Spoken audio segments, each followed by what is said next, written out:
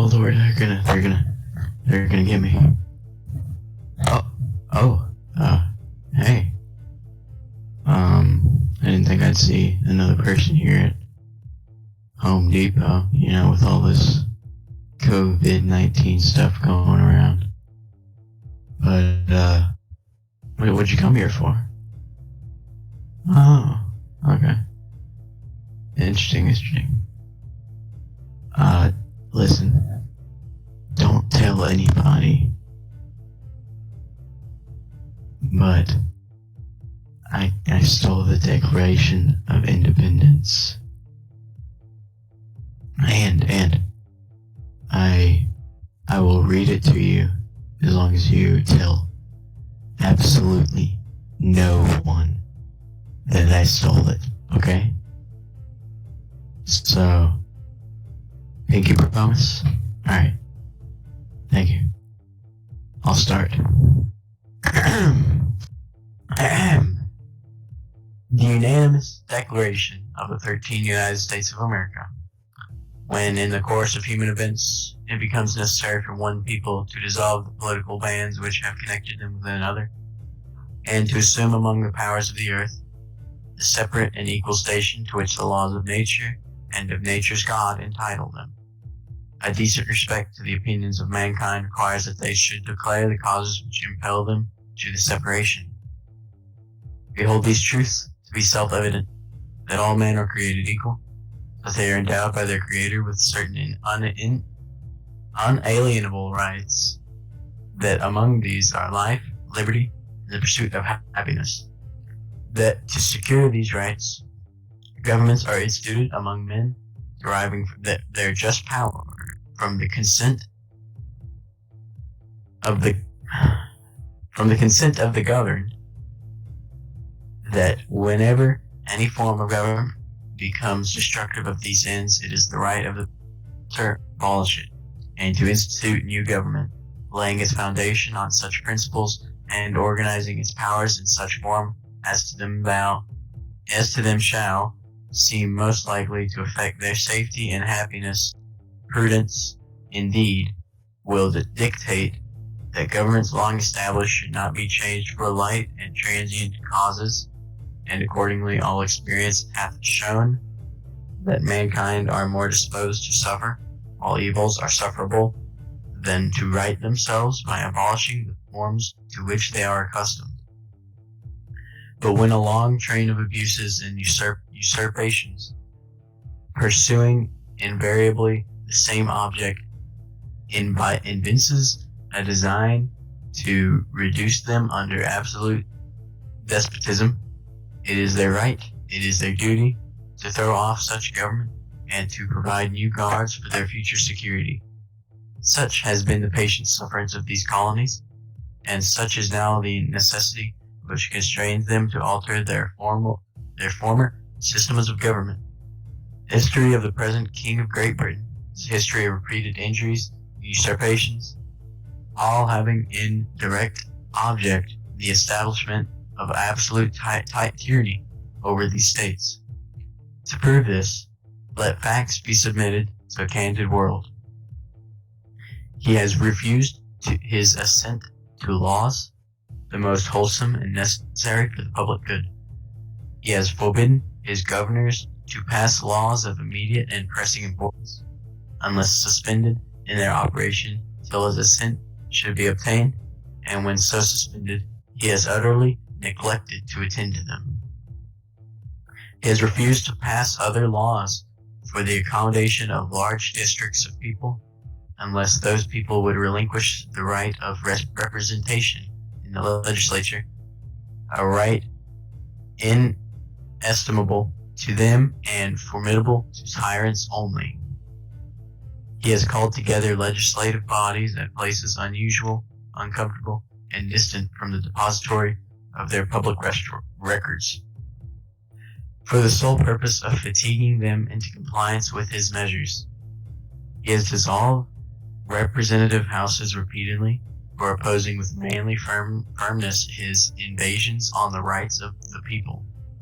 He has refused for a long time, after such dissolutions, to cause others to be elected, whereby the legislative powers, incapable of annihilation, are returned to the people at large for their exercise, the state remaining in the meantime exposed to all the dangers of invasion from without and convulsions within. He has endeavored to prevent the population of these states, for that purpose obstructing the laws for naturalization of refusing to pass others to encourage their migrations hither, and raising the conditions of new appropriations of lands. He has obstructed the administration of justice by refusing his assent to laws for establishing judiciary powers.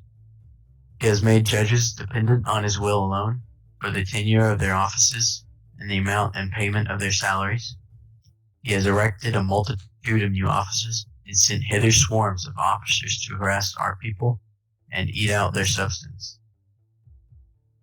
He has kept among us in times of peace standing armies without the consent of our legislature.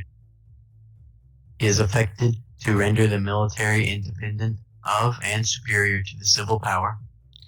He has combined with others to subject us to a jurisdiction foreign to our Constitution and unacknowledged by our laws, giving his assent to their acts of pretended legislation, for quartering large bodies of armed troops among us, for protecting them by a mock trial from punishment for any murders which they should commit on inhabitants of these states, for cutting off our trade with all parts of the world, for imposing taxes on us without our consent, for depriving us, in many cases, of the benefits of trial by jury, for transporting us beyond seas to be tried for pretended offenses, for abolishing the free system of English laws in the province, establishing therein an arbitrary government, and enlarging its boundaries so as to render it once an example and fit instrument for introducing the same absolute right rule into these colonies,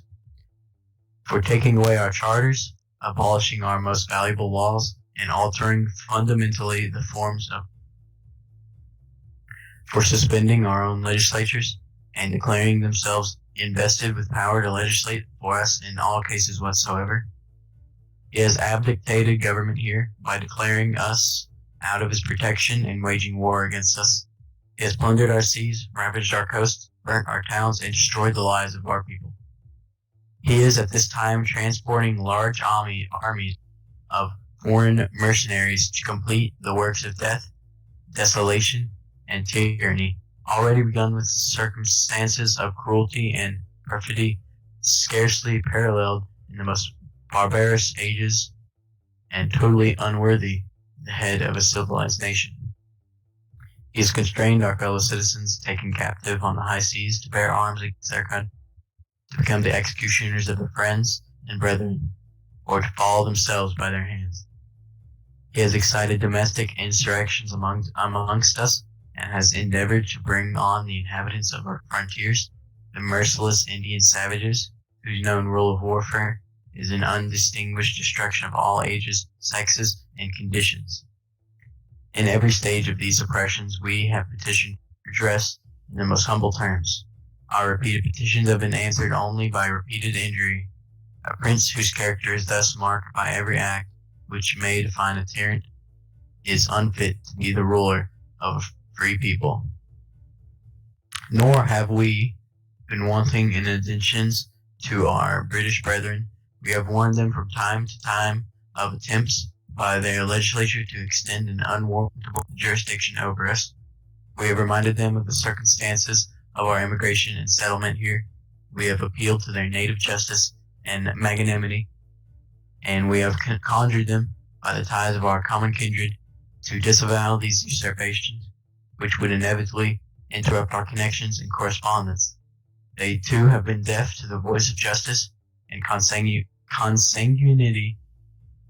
We must therefore acquiesce in the necessity which denounces our separation, and hold them as we hold the rest of mankind, enemies in war, in peace, friends.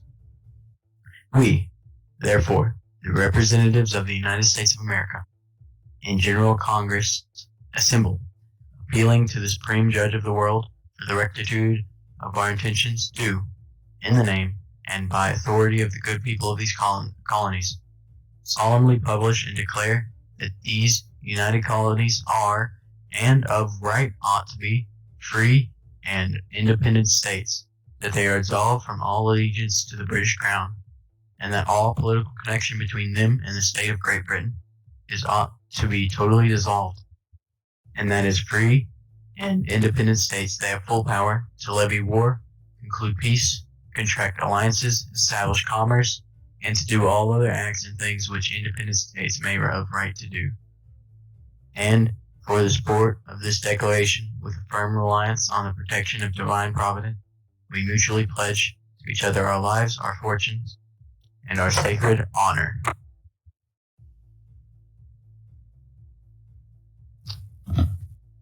Wowee. What a read. It's not as long as some of the other things I've read, but it's certainly one of my favorites. It's gotta be up there with, like, my favorites, like, George Orwell's 1984. Good book. You should read it sometime. Oh. Wait, is that the... Oh, I hear sirens. I think I better leave.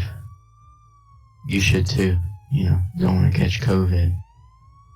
Well, see you around. It was nice meeting you. Bye.